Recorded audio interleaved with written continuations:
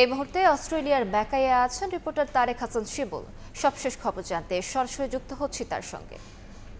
শিমুল, ব্রিসবেনের গ্যাবায় বাংলাদেশ দলকে অস্ট্রেলিয়া আমন্ত্রণ না জানালেও ম্যাকাইতে একেবারে সেই রকম একটা ভাইব দিয়েছে বলতেই হবে। এবং প্রথম দিনটা যেভাবে আসলে গ্যাবাতে টেস্ট অনুষ্ঠিত হয় একেবারে সেই রকমই হয়েছে। বাংলাদেশ 64 রানে অল আউট হওয়ার পর সবাই আসলে বলছিল যে বাংলাদেশ হয়তোবা আগের ম্যাচটা যে বাংলাদেশ ডমিনেট করে জিতেছে ওটা ফ্লুক ছিল কিনা। তবে আজকের দিনে খেলা শেষে বলতেই হয় যে উইকেটটাই মূলত এরকম ছিল যেখানে আসলে নতুন বলে ব্যাট করাটা খুবই দুর্বিষহ বলতে হবে পেসারদের। মিচেল স্টার্ক এবং শরীফুল দুজনই 6টি করে উইকেট নিয়েছেন দুই দলের পক্ষে।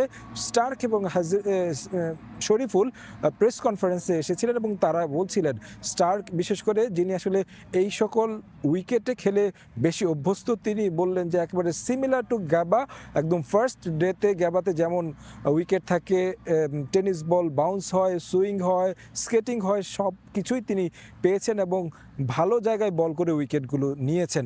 শরীফুলের প্রশংসাও করেছেন, দারুণভাবে তিনি বল করেছেন, 6 উইকেট তুলে নিয়েছেন। বাংলাদেশের আসলে বোলাররা আসলে শৃঙ্খলিতভাবেই বল করেছে।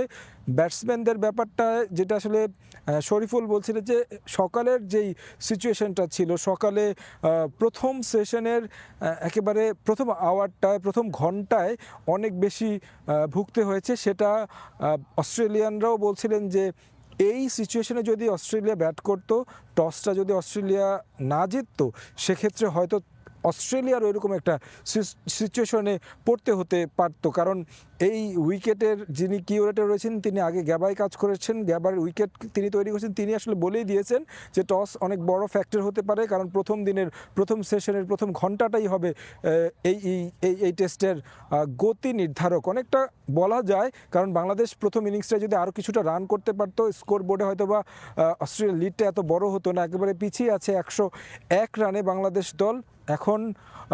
কঠিন নিঃসন্দেহে, তবে সম্ভাবনা একেবারে উড়িয়ে দেওয়া যায় না।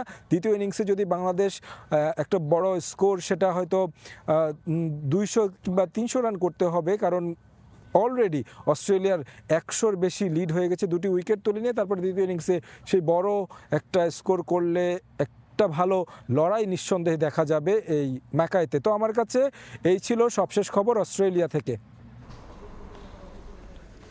সরাসরি যুক্ত ছিলাম অস্ট্রেলিয়ার ম্যাকাইয়ে।